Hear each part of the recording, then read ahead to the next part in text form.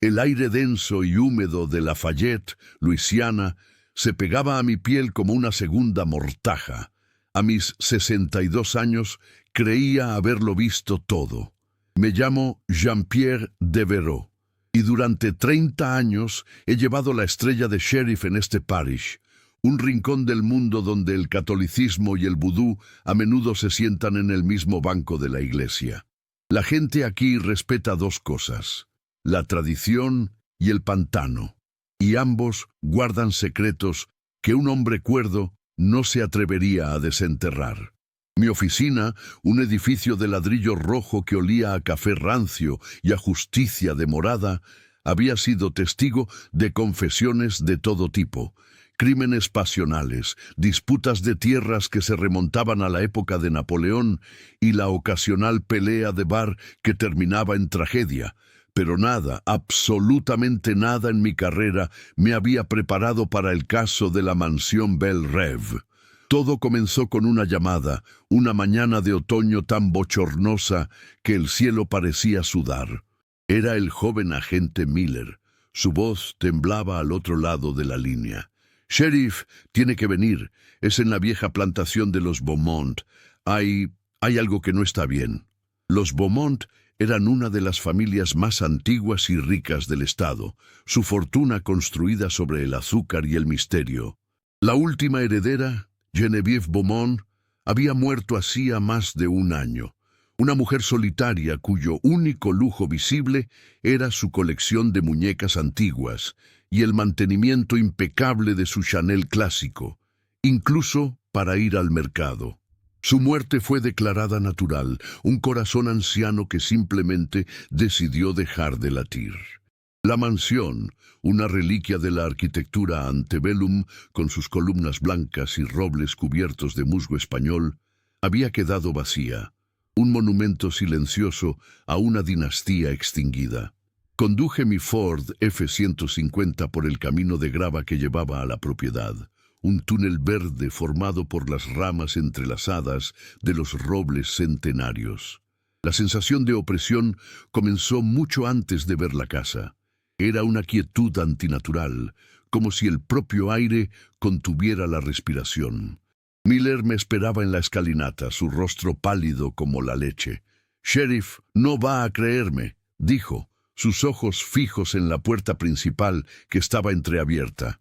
Le puse una mano en el hombro, una mano que había consolado a viudas y detenido a criminales. «Hijo, a mi edad, la incredulidad es un lujo que no me puedo permitir. Habla». Me contó que una empresa de bienes raíces de Nueva Orleans, contratada para tasar la propiedad antes de su subasta, había enviado a un equipo. Huyeron despavoridos apenas una hora después, afirmando que los objetos dentro de la casa se movían solos. Uno de ellos juró haber visto el reflejo de una niña en un espejo donde no había nadie. Ridículo, por supuesto. Vandalismo, probablemente. Algún drogadicto buscando algo que empeñar. Pero cuando entré en la casa, el frío me golpeó. No era el frío de un aire acondicionado, sino un frío sepulcral, un frío que parecía emanar de las propias paredes. El polvo cubría los muebles victorianos como un sudario, pero en medio del salón principal, sobre una alfombra persa que probablemente valía más que mi casa, una pequeña mecedora de madera se movía. Lenta, rítmicamente, como si un niño invisible la estuviera impulsando. Me acerqué, mi mano instintivamente sobre la culata de mi revólver. El crujido de la madera era el único sonido en el silencio absoluto. Toqué la silla para detenerla. La madera estaba helada. Mientras la sujetaba, sentí una presión en mi mano, una resistencia sutil, como si alguien al otro lado estuviera empujando. Retiré la mano de golpe. Miller, que se había quedado en el umbral, ahogó un grito. Detrás de mí, en lo alto de la gran escalera, una de las muchas muñecas de porcelana de Genevieve Beaumont estaba sentada en el escalón superior. Sus ojos de cristal parecían seguirme, y juraría, por el alma de mi difunta esposa, que su cabeza se había girado ligeramente hacia mí. Es solo una corriente de aire, Miller, dije, aunque mi voz sonaba hueca, una mentira que ni yo mismo creía. Pero entonces oí algo más. Un susurro. Una melodía infantil, apenas audible, que parecía venir de todas partes y de ninguna. Era una nana francesa. Fes dodo colas mon petit frère. La misma que mi abuela me cantaba. Un escalofrío recorrió mi espina dorsal, un miedo primario que no había sentido desde que era un niño perdido en el pantano. Decidí registrar la casa. Cada habitación era una cápsula del tiempo, llena de riquezas y soledad. En el dormitorio principal, el joyero de Genevieve estaba abierto sobre el tocador. Dentro, un collar de diamantes y un reloj Patek Philippe brillaban débilmente bajo la luz que se filtraba por las persianas. Pero lo que me llamó la atención fue un pequeño diario con cubierta de cuero. Lo abrí. La caligrafía era elegante, temblorosa. Era el diario de Genevieve. La última entrada era del día de su muerte. Decía: «Él no me deja en paz, quiere a la niña. Dice que es suya, pero yo nunca la entregaré. Es mi única compañera, mi pequeña Lilette». ¿Lilette? No había registros de ninguna niña. Genevieve nunca tuvo hijos. Era la última de su linaje. Mientras leía, la melodía se hizo más fuerte, más clara, y entonces un golpe seco y fuerte que vino del interior de un gran armario de caoba al otro lado de la habitación. Miller y yo desenfundamos nuestras armas. «Sheriff del Parish de Lafayette, salga con las manos en alto», grité, mi voz resonando en la mansión silenciosa. No hubo respuesta, solo el eco de mis palabras. Me acerqué lentamente al armario, con el corazón martilleándome en el pecho. El metal de mi arma estaba resbaladizo por el sudor de mi mano. Con un movimiento rápido abrí las puertas de golpe. Dentro no había nadie. Solo una hilera de vestidos de alta costura, etiquetas de Chanel y Dior colgando como pequeños fantasmas. Y en el suelo, en la oscuridad del fondo, había algo más. Una pequeña muñeca de porcelana idéntica a la de la escalera, pero esta estaba rota. Su cabeza estaba partida en dos, y sus ojos de cristal me miraban desde el suelo con una expresión vacía y acusadora. Fue entonces cuando la puerta del dormitorio se cerró de golpe, sumergiéndonos en una oscuridad casi total. La nana se detuvo, y en el silencio que siguió, oí la risa de una niña justo detrás de mí. Una risa fría y cruel que prometía una oscuridad mucho más profunda que la ausencia de luz. Sabía en ese momento que esto no era un caso de vandalismo, era algo más, algo antiguo, algo que había estado esperando, pacientemente, entre las paredes de Belle Rêve. Y yo, Jean-Pierre Devereux, el hombre que lo había visto todo, estaba a punto de mirar directamente a los ojos del mal. La oscuridad en la habitación era absoluta, una negrura tan densa que se sentía como un peso físico.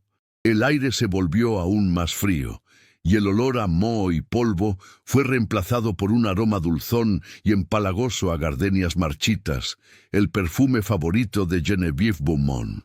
Miller estaba hiperventilando a mi lado. Podía oír sus jadeos irregulares, el sonido metálico de su arma temblando en su mano. «Tranquilo, hijo», susurré, aunque mi propio pulso era un tambor desbocado contra mis costillas. La risa de la niña se había desvanecido, pero su eco permanecía en mi mente, una aguja de hielo en mi cerebro. No era la risa alegre de un niño, era burlona, maliciosa. Sabía, con una certeza que desafiaba toda lógica, que no estábamos solos. Intenté moverme hacia la puerta, pero mis pies parecían pegados al suelo. Era como caminar a través de melaza. «Sheriff, no puedo respirar», gimió Miller. La sensación de opresión aumentaba, como si unas manos invisibles nos estuvieran aplastando el pecho. En ese momento recordé el diario de Genevieve. Él no me deja en paz, quiere a la niña. ¿Quién era él? ¿Y quién era la niña, Lilette? Mi mente de detective se aferró a esas preguntas, un ancla en un mar de terror irracional. Necesitaba luz. Saqué mi teléfono del bolsillo, mis dedos torpes por el frío. La pequeña pantalla cobró vida, proyectando un resplandor fantasmal en la habitación. Apunté el haz de luz hacia donde recordaba que estaba la puerta. Estaba cerrada, sí, pero el pomo del latón estaba girando, lenta y deliberadamente, primero a la izquierda, luego a la derecha, como si alguien al otro lado estuviera decidiendo si dejarnos salir o no. Luego se detuvo. El silencio volvió a caer, más pesado que antes. Fue entonces cuando vi el reflejo en la pantalla de mi teléfono. Detrás de nosotros, junto al gran dosel de la cama, una figura oscura se estaba formando. No era un hombre ni una sombra, era una ausencia de luz, un vacío con forma humana que parecía absorber la poca iluminación de la habitación. Era alto, encorvado, y aunque no tenía rostro, sentí que nos estaba observando. Miller soltó un grito ahogado y disparó. El estruendo fue ensordecedor en el espacio cerrado.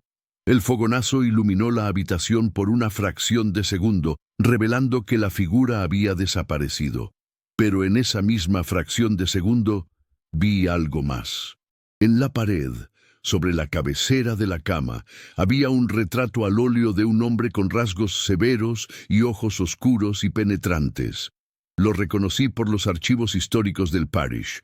Théodule Beaumont, el patriarca original, un hombre conocido por su crueldad y sus rumoreados tratos con practicantes de vudú para asegurar la prosperidad de su plantación en el siglo XIX. La bala de Miller había impactado en el retrato, justo en el corazón del hombre pintado. La puerta se abrió de golpe con una fuerza tremenda, golpeando la pared. No perdimos el tiempo, salimos tropezando de la habitación, bajamos la escalera de 2 en 2 y no nos detuvimos hasta que estuvimos fuera, en el aire húmedo y pesado de la tarde, jadeando como si hubiéramos corrido un maratón. El sol nunca me había parecido tan brillante, tan reconfortante. Miller se apoyó en el capó de mi camioneta, vomitando. Yo me quedé mirando la casa, sus ventanas como ojos vacíos que nos devolvían la mirada. La mecedora en el salón principal estaba quieta. La muñeca de la escalera había desaparecido. Sabía que no podía dejarlo así. Esto ya no era un simple informe de allanamiento. Era personal. Esa noche no pude dormir. Las imágenes de la casa, la risa, la figura oscura, daban vueltas en mi cabeza. Fui a mi estudio, una habitación revestida de roble donde guardaba mis recuerdos. Saqué mi vieja caja de archivos, casos sin resolver, notas personales. Busqué todo lo que tenía sobre los Beaumont. Había poco. Eran una familia increíblemente reservada. Pero encontré un recorte de periódico amarillento de 1958. Hablaba de un trágico accidente en la propiedad. Una niña, la sobrina nieta de Genevieve, llamada Lilette, se había ahogado en el estanque ornamental del jardín. Tenía solo 7 años. La historia oficial fue que tropezó y cayó.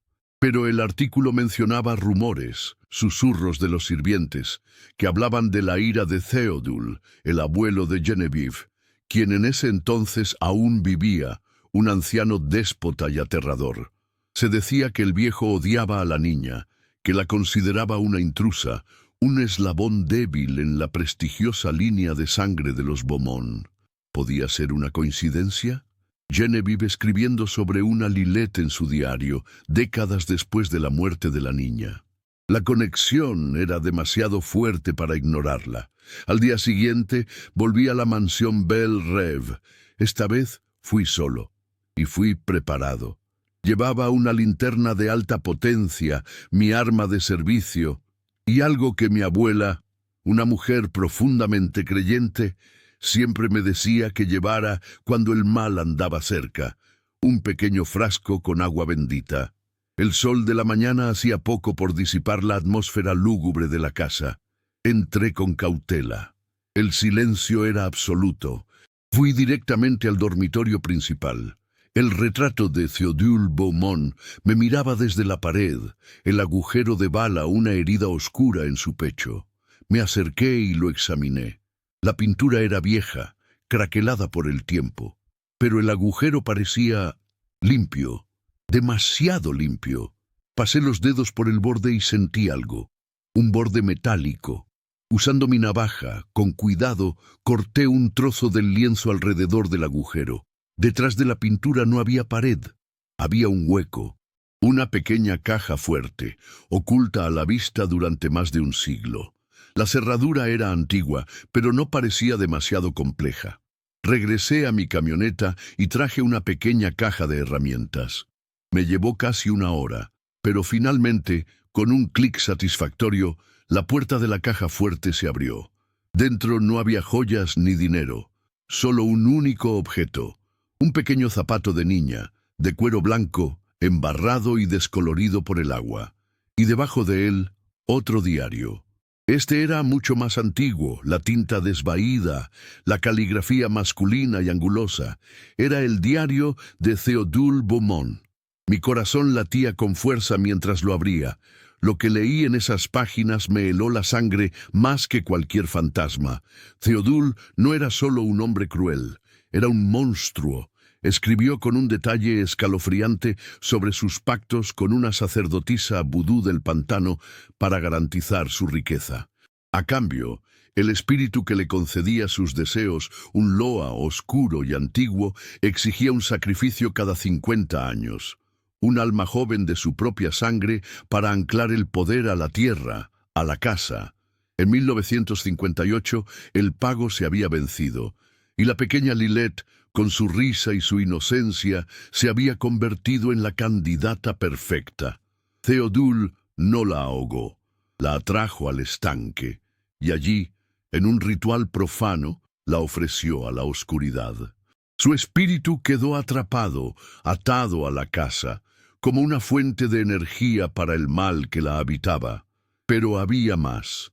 Théodule escribió que el alma de Lilette no estaba sola. Estaba custodiada por el mismo espíritu que él había invocado, una entidad que se manifestaba como una sombra, un guardián de su poder. Geneviève, en su soledad, había encontrado consuelo en la presencia de la niña sin entender su verdadera naturaleza. Había tratado a la muñeca, a la que llamó Lilette, como a una hija. Pero el espíritu, el él de su diario, se había vuelto impaciente. Con la muerte de Geneviève, el último vínculo de sangre Beaumont se había roto y el pacto se estaba debilitando. La entidad estaba furiosa, atrapada, y ahora se desquitaba con cualquiera que se atreviera a entrar en su dominio. De repente, un golpe atronador vino de la planta baja, como si un mueble pesado hubiera sido arrojado contra la pared. Luego otro y otro. El sonido subía por la escalera, acercándose. No era una niña. Era una furia ciega, una fuerza destructiva que sacudía los cimientos de la casa. Cerré el diario, lo metí dentro de mi chaqueta y salí corriendo de la habitación, con el pequeño zapato blanco en la mano. Tenía que sacar esas pruebas de allí. Tenía que contar la verdadera historia de Lilette. Pero mientras corría por el pasillo, todas las puertas de las habitaciones se abrieron de golpe, una tras otra, y de cada una de ellas, una muñeca de porcelana me observaba. Sus cabezas giraban al unísono, sus ojos de cristal sin vida siguiéndome, y de sus labios pintados, la misma nana francesa comenzó a sonar, esta vez no como un susurro, sino como un coro cacofónico y burlón. La casa estaba viva, y no tenía intención de dejarme ir. El coro de nanas se convirtió en un chillido agudo y discordante, una sinfonía de locura que reverberaba en mis huesos. Las muñecas, esos centinelas de porcelana, parecían sonreír, sus rostros pintados contorsionados en muecas grotescas. Corrí escaleras abajo. El sonido de mis botas pesadas sobre la madera noble era un eco desesperado contra la cacofonía. La luz del sol que entraba por el gran ventanal del vestíbulo parecía lejana, un portal a un mundo que ya no me pertenecía. En el salón principal, El caos reinaba. Los muebles estaban volcados, los cuadros arrancados de las paredes, los fragmentos de porcelana y cristal cubrían la alfombra como una escarcha mortal. Y en el centro de la destrucción, la pequeña mecedora se balanceaba con una violencia frenética, golpeando el suelo con cada movimiento. La fuerza que movía los objetos ya no era sutil, era una rabieta titánica, la manifestación física de una ira que había estado contenida durante décadas. Sabía que el objetivo era yo. La entidad, el guardián de Théodule, sabía que había descubierto su secreto. El diario en mi chaqueta era un testimonio que podía romper el ancla que lo ataba a este lugar. Tenía que salir de allí. Me dirigí hacia la puerta principal, pero ésta se cerró de golpe ante mis ojos con una fuerza que hizo temblar el marco. El pesado cerrojo de latón giró por sí solo, sellando mi salida. Estaba atrapado. El pánico, frío y afilado, amenazó con abrumarme. Pero entonces la imagen de mi esposa, Marie, vino a mi mente.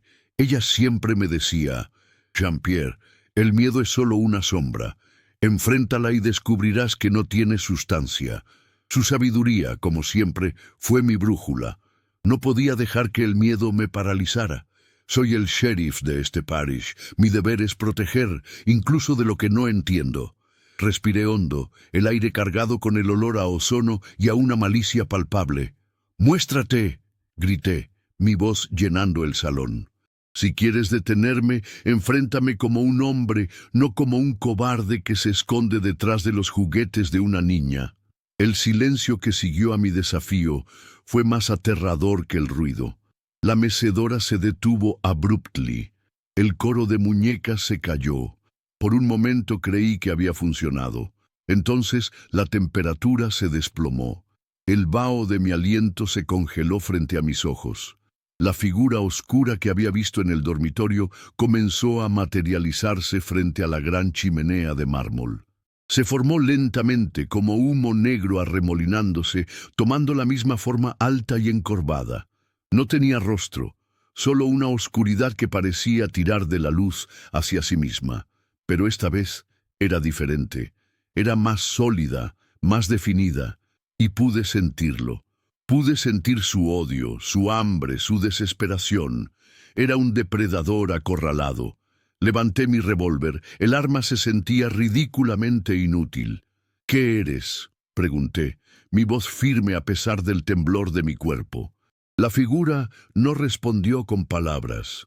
En su lugar, el aire a su alrededor se onduló y una imagen se proyectó en mi mente, no como un recuerdo, sino como una experiencia vivida. Vi a Théodule Beaumont en el borde del estanque, su rostro una máscara de fría determinación. Vi a la pequeña Lilette riendo persiguiendo una mariposa. La vi tropezar, no por accidente, sino porque una sombra se había enroscado alrededor de sus tobillos. La vi caer al agua oscura, y vi a Théodule observar, impasible, mientras ella luchaba y se hundía, su pequeña vida extinguiéndose para alimentar la codicia de su familia. Luego, la visión cambió. Vi a Genevieve, años después, una mujer solitaria, sentada en el salón, hablando con una muñeca, llamándola Lilette, proyectando su anhelo de compañía en el objeto inanimado, sin saber que el verdadero espíritu de la niña estaba atrapado, atormentado, sirviendo de batería para la entidad que ahora estaba frente a mí. La figura oscura extendió un apéndice que parecía un brazo, largo y huesudo, hecho de sombras. Apuntó hacia mi chaqueta, hacia el diario. Lo quería borrar la verdad. En ese momento tomé una decisión. No iba a huir. Iba a terminar esto. La justicia para Lilette no vendría de un tribunal, vendría de la liberación. Recordé las historias de mi abuela sobre los gris-gris, los amuletos del vudú de Luisiana y cómo a veces el mal necesita un ancla física en este mundo. Para Théodule, el ancla era la casa, alimentada por el sacrificio de Lilette. Quizás, solo quizás, El pequeño zapato en mi mano era también un ancla, pero para el espíritu de la niña. Saqué el zapatito blanco de mi bolsillo. Estaba frío y húmedo al tacto. Lo sostuve en alto. ¿Es esto lo que buscas?, le pregunté a la sombra. ¿O tienes miedo de ella? ¿Tienes miedo de que si ella es libre, tu poder se desvanezca? La figura pareció retroceder. Una ondulación de furia recorrió su forma. Me lanzó otra imagen a la mente. La casa en llamas, consumida por el fuego, y yo dentro. Era una amenaza, una promesa. No me iré sin ella, dije, mi voz resonando con una convicción que no sabía que poseía. Miré a mi alrededor, buscando una salida, una estrategia. Mi mirada se posó en la gran chimenea. El fuego, la purificación. Era un cliché, lo sé, pero a veces los clichés se basan en una verdad fundamental. Comencé a retroceder lentamente hacia la chimenea, sin quitar los ojos de la entidad. ¿Quieres el diario, verdad? Ven a buscarlo. La sombra se deslizó hacia mí, silenciosa, letal. El frío que irradiaba era tan intenso que me dolía la piel. Esperé hasta que estuvo a solo unos metros de distancia. Entonces, con un grito que salió de lo más profundo de mi alma, arrojé el diario de Théodule Beaumont a la chimenea. Las páginas secas y quebradizas prendieron al instante, consumidas por un fuego antinaturalmente brillante. La entidad soltó un chillido que no era de este mundo, un sonido de pura agonía y rabia. Se abalanzó sobre mí. Esquivé el ataque por poco. El roce de su apéndice de sombra dejó una quemadura helada en mi brazo. Rodé por el suelo, entre los escombros, y me puse de pie junto a la chimenea. El fuego rugía, consumiendo los secretos de Théodule, consumiendo el pacto. La figura se retorcía, su forma se volvía inestable, parpadeando dentro y fuera de la existencia. Ahora era mi oportunidad. Sostuve el pequeño zapato de Lilette sobre las llamas. «¡Lilette!», grité. «¡Eres libre! ¡Ve en paz! ¡Tu sufrimiento ha terminado!». Y arrojé el zapato al fuego. En el instante en que el cuero tocó las llamas, una luz blanca y pura explotó desde la chimenea, llenando la habitación, empujando la oscuridad hacia atrás. La entidad sombría fue lanzada hacia atrás, disolviéndose como humo en el viento. Su chillido final se desvaneció en la nada. La luz se atenuó, y en su lugar, por una fracción de segundo, vi la figura de una niña pequeña, vestida con un vestido blanco. No parecía asustada ni triste, me sonrió, una sonrisa de gratitud, de paz, y luego se desvaneció.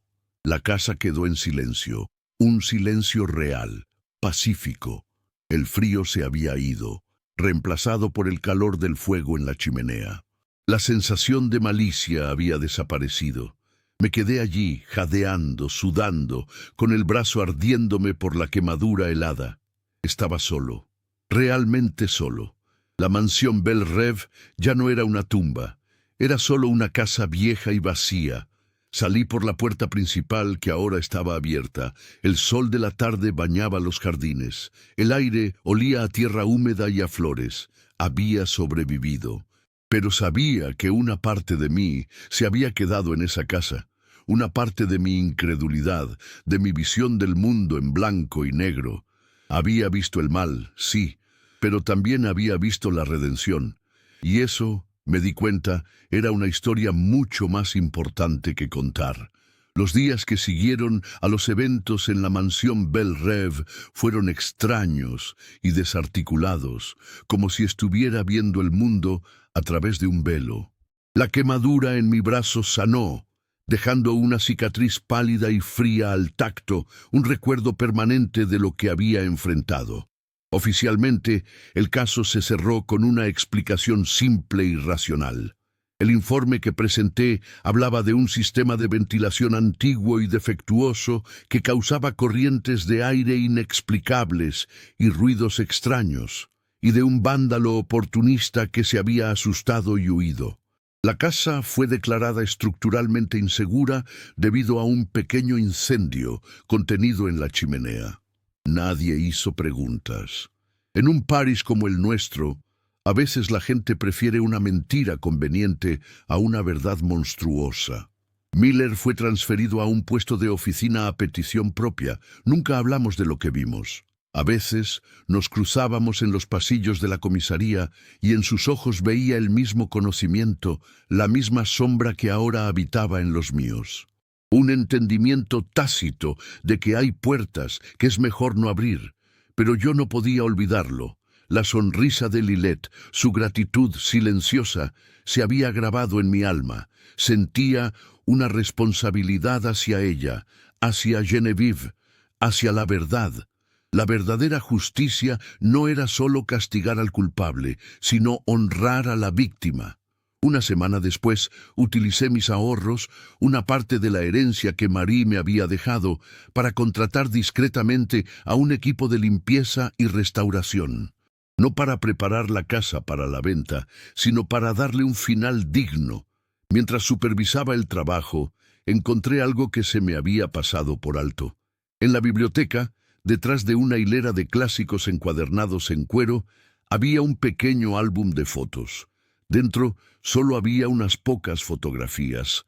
Una de ellas mostraba a una joven Genevieve, quizás de unos 20 años, sosteniendo en brazos a una bebé sonriente. En el reverso, una inscripción con su caligrafía: «Mi querida sobrina nieta Lilette, que tu vida esté llena de la alegría que le has traído a la mía». Genevieve había amado a esa niña. Su soledad en la vejez no era solo la ausencia de compañía. Era el eco de una pérdida profunda, un amor truncado, y en su confusión había intentado recrear ese amor con sus muñecas, sin saber que el verdadero espíritu de la niña estaba atrapado y sufriendo a pocos metros de ella. Decidí que la historia de los Beaumont no terminaría en oscuridad y olvido.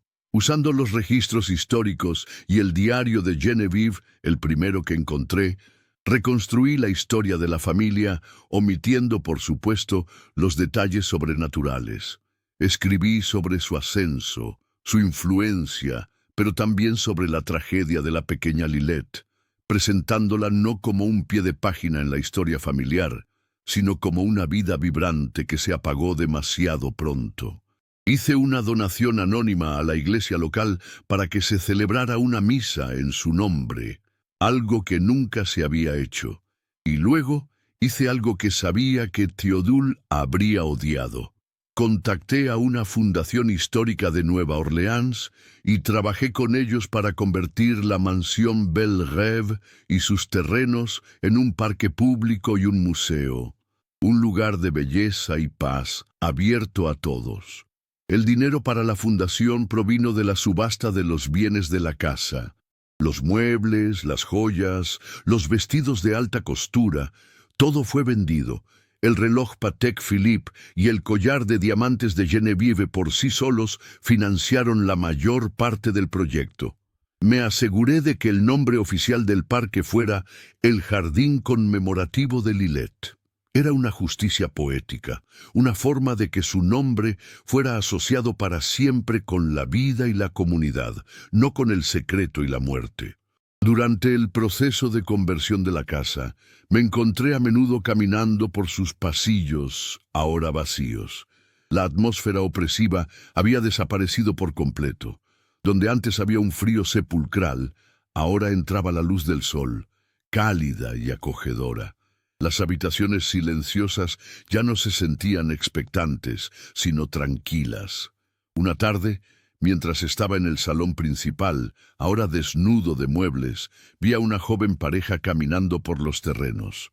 Estaban riendo, planeando un picnic cerca del estanque. El estanque que había sido drenado, limpiado y convertido en un hermoso jardín acuático lleno de nenúfares. Ver esa escena de vida y felicidad en un lugar que había conocido tanto dolor fue abrumador. Me di cuenta de que mi trabajo como sheriff no se trataba solo de perseguir a los vivos, sino a veces de traer paz a los muertos. Se trataba de restaurar el equilibrio. Mi carrera estaba llegando a su fin. Había anunciado mi retiro para el final del año. Este caso El caso de la mansión Belle Rêve fue el último capítulo, el más extraño y profundo de mi vida profesional. Me enseñó que el mundo es mucho más grande y más misterioso de lo que nuestras mentes lógicas pueden comprender. Me enseñó que el mal es real, pero que la compasión, el coraje y el deseo de justicia son fuerzas mucho más poderosas. Unos meses después, en la ceremonia de inauguración del parque, me quedé entre la multitud, un ciudadano más. Vi a los niños correr por el césped donde una vez se alzaron los campos de caña de azúcar trabajados por esclavos. Vi a las familias disfrutar de la sombra de los robles centenarios, y vi el pequeño monumento de bronce junto al jardín acuático con la simple inscripción en memoria de Lilette, que todos los niños jueguen en la luz. Nadie sabía mi papel en todo esto, y así era como debía ser. No buscaba reconocimiento. Mi recompensa era la paz que sentía en mi corazón, una paz que había estado ausente durante mucho tiempo.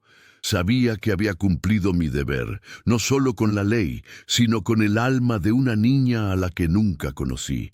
Mientras el sol comenzaba a ponerse, pintando el cielo de Luisiana con tonos de naranja y púrpura, una suave brisa sopló a través del parque, llevando consigo el sonido de la risa de los niños. Y por un instante, solo por un instante, me pareció oír, mezclada con esa risa, la melodía de una vieja nana francesa. Pero esta vez no era burlona ni fría, era suave, dulce y llena de paz. Era una canción de cuna, finalmente cantada como debía ser.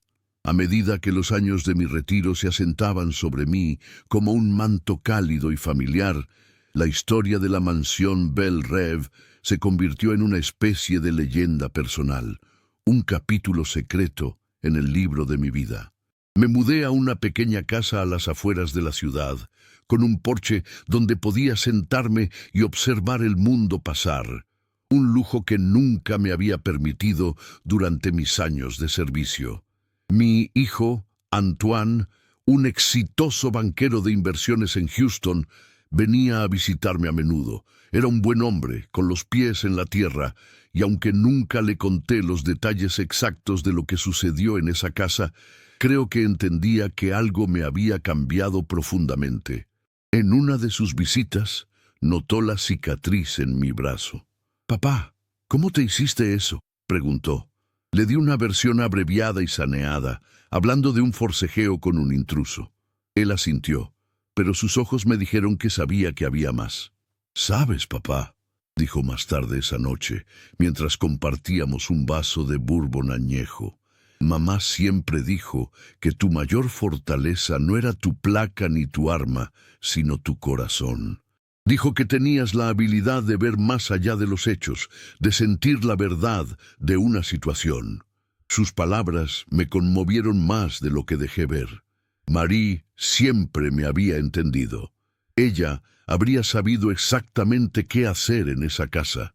Probablemente habría entrado con una olla de su gumbo casero y se habría negado a irse hasta que todos los espíritus hicieran las paces. La idea me hizo sonreír. El parque conmemorativo de Lilette se convirtió en mi refugio. Iba allí al menos una vez por semana, a caminar por los senderos, a sentarme en un banco frente al jardín acuático. Se había convertido en el corazón de la comunidad. Había conciertos de verano en el césped, mercados de agricultores cerca de la antigua casa principal, ahora un museo local. La energía del lugar era de pura alegría. La oscuridad había sido lavada por completo, reemplazada por la luz de 1000 vidas pequeñas y felices. A veces veía a familias jóvenes, y los padres señalaban la placa de bronce y les contaban a sus hijos sobre la niña Lilette, aunque su historia ahora era una versión de cuento de hadas, una leyenda local sobre un espíritu guardián de los niños. De alguna manera se había convertido en la verdad emocional, que era más importante que los hechos macabros. Un día, mientras estaba sentado en mi banco habitual, una mujer mayor se sentó a mi lado. Tenía el rostro surcado de arrugas amables y unos ojos que brillaban con inteligencia. Se presentó como Elodie y me dijo que su abuela había sido una de las sirvientas en Belle Rêve durante la época de Théodule Beaumont. Comenzamos a hablar y le conté, en términos generales, mi interés por la historia de la propiedad. Ella me miró fijamente por un momento y luego dijo: «Usted es el sheriff Devereux, ¿verdad? El que estuvo aquí cuando la casa fue limpiada». La palabra que usó, limpiada, me dijo que ella sabía más que la mayoría. Asentí en silencio. Mi abuela, continuó en voz baja, siempre dijo que había dos presencias en esa casa: el viejo monstruo y la niña perdida. Dijo que el monstruo se alimentaba del miedo, pero que la niña solo quería que alguien recordara su nombre, que alguien le devolviera su historia. Me contó historias que nunca aparecieron en ningún registro. Historias de la bondad de la joven Geneviève, que a escondidas llevaba dulces a los hijos de los sirvientes. Historias del terror que Théodule inspiraba, un hombre cuya sombra parecía enfriar cualquier habitación en la que entraba. Y me contó sobre Lilette, una niña vivaz y curiosa que amaba las mariposas y que le tenía un miedo terrible a su bisabuelo.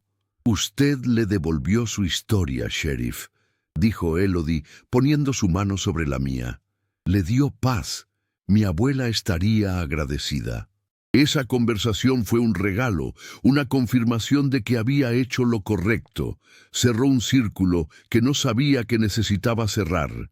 Me hizo darme cuenta de que la superación no siempre se trata de olvidar o seguir adelante, sino de integrar las experiencias, incluso las más aterradoras, en el tejido de quienes somos. Belle Rêve me enseñó que la verdadera riqueza no está en las cuentas bancarias ni en las mansiones, como la que mi hijo gestionaba en los rascacielos de Houston, sino en el legado que dejamos, en la paz que podemos traer a los rincones oscuros del mundo. Antoine, en su mundo de finanzas y Teslas Model X, luchaba sus propias batallas, lidiaba con sus propios monstruos de traje y corbata. Pero la lealtad a la familia, el deseo de proteger, eso era algo que compartíamos, un hilo que nos unía a través de las generaciones, desde mi abuela con sus historias de fe, pasando por mí con mi placa y mi sentido del deber, hasta él con su feroz protección de su propia familia.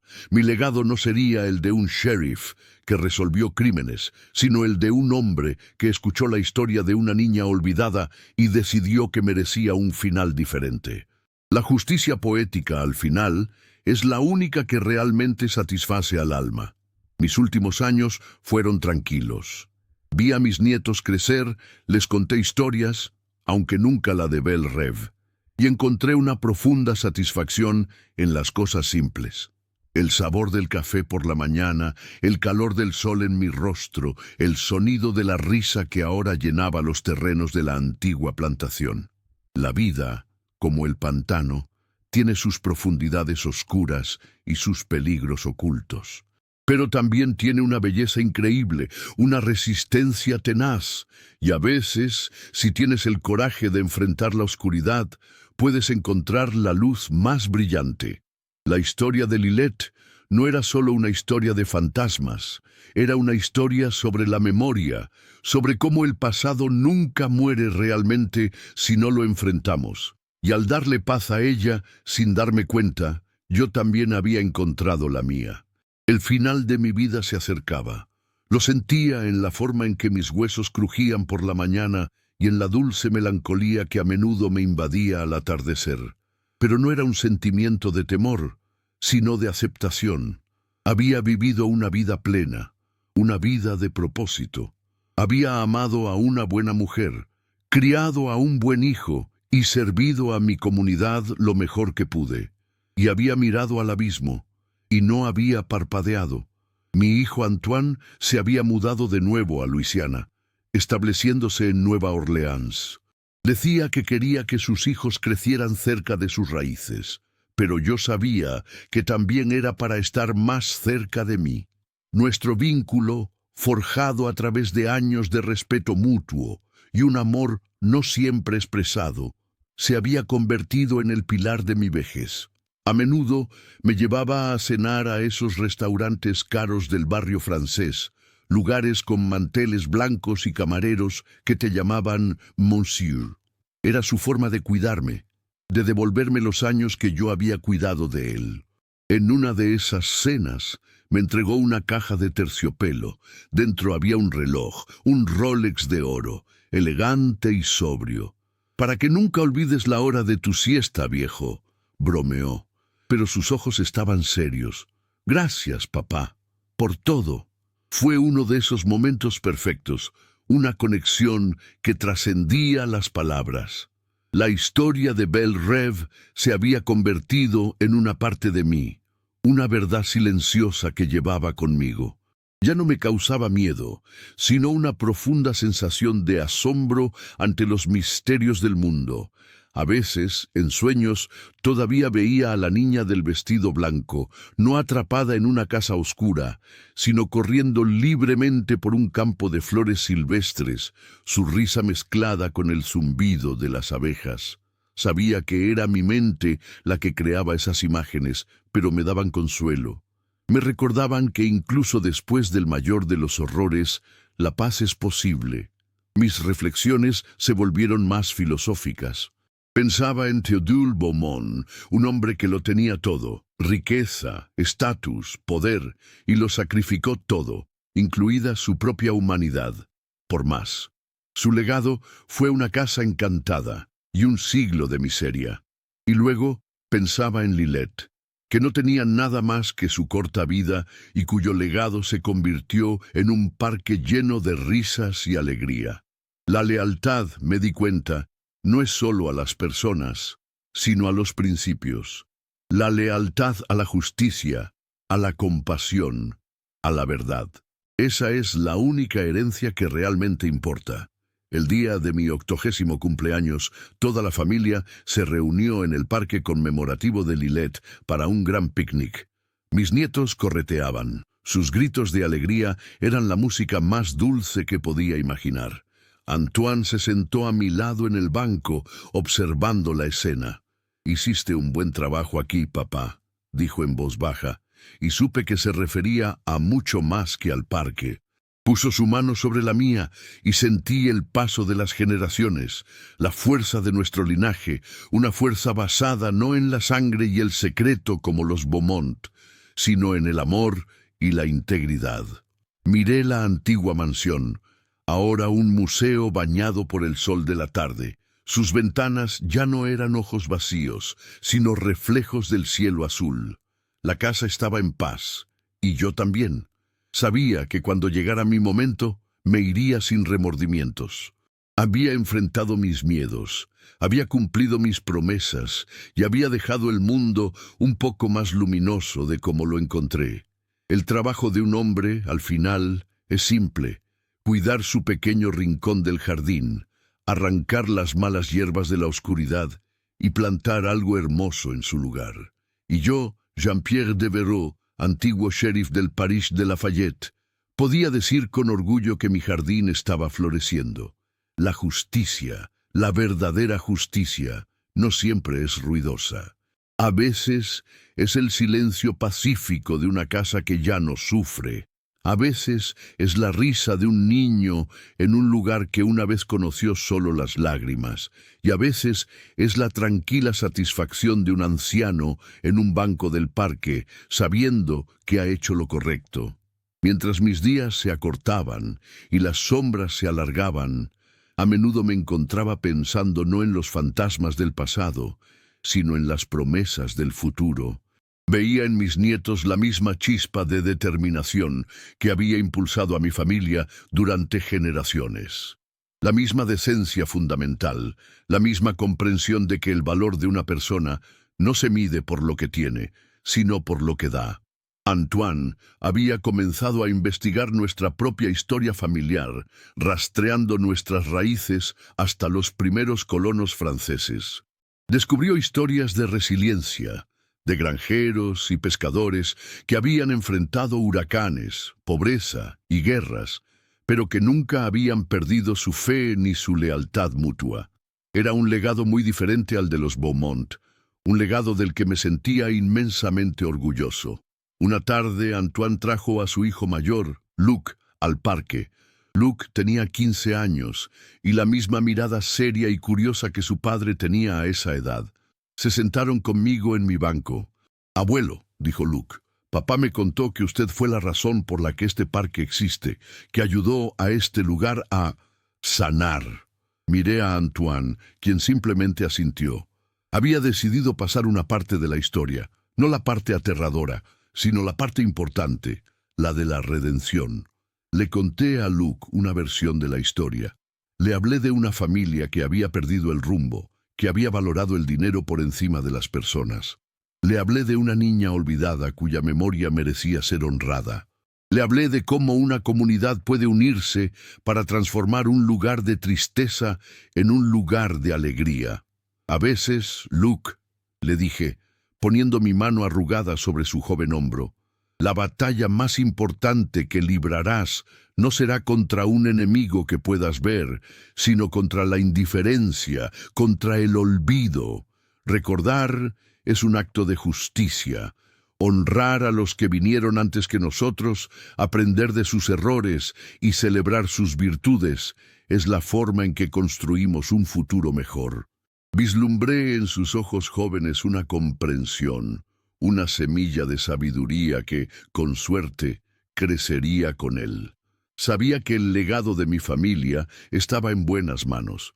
Mi planificación estratégica en la vida no había sido para acumular riqueza, sino para cultivar el carácter.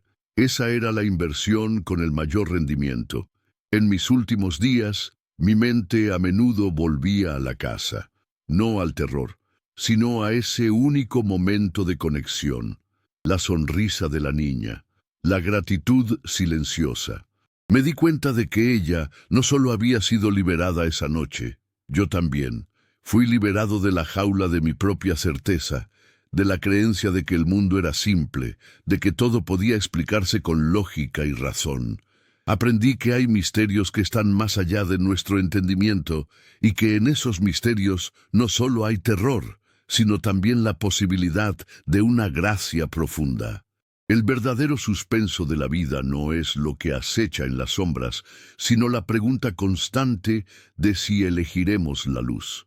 Si tendremos el coraje de enfrentar la oscuridad, no con violencia, sino con compasión. Si tendremos la fuerza para traer paz donde hay tormento. Esa es la prueba final para cada alma. Me aferré a esa creencia hasta el final. Mi última visión no fue la de un espectro oscuro o una casa embrujada, sino la de mi amada Marie, esperándome con la misma sonrisa cálida que me había enamorado tantos años atrás. Y más allá de ella, un campo de flores silvestres donde una niña reía, finalmente en casa. CTA final. Y así mi historia llega a su fin. Agradezco sinceramente que me hayas acompañado en este viaje, que hayas caminado conmigo a través de las sombras y hacia la luz. Significa más para mí de lo que las palabras pueden expresar. Gracias por escuchar, por recordar. Mientras te dejo, una idea, un sentimiento, me llega con una claridad sorprendente, como si se me estuviera susurrando directamente al corazón para que te lo entregue. Es una guía, una fortaleza para tu propio camino. Y dice así: porque sé los pensamientos que tengo acerca de vosotros, dice Jehová, pensamientos de paz y no de mal, para daros el fin que esperáis. Que estas palabras te brinden consuelo y esperanza, así como encontrar la paz me la brindó a mí.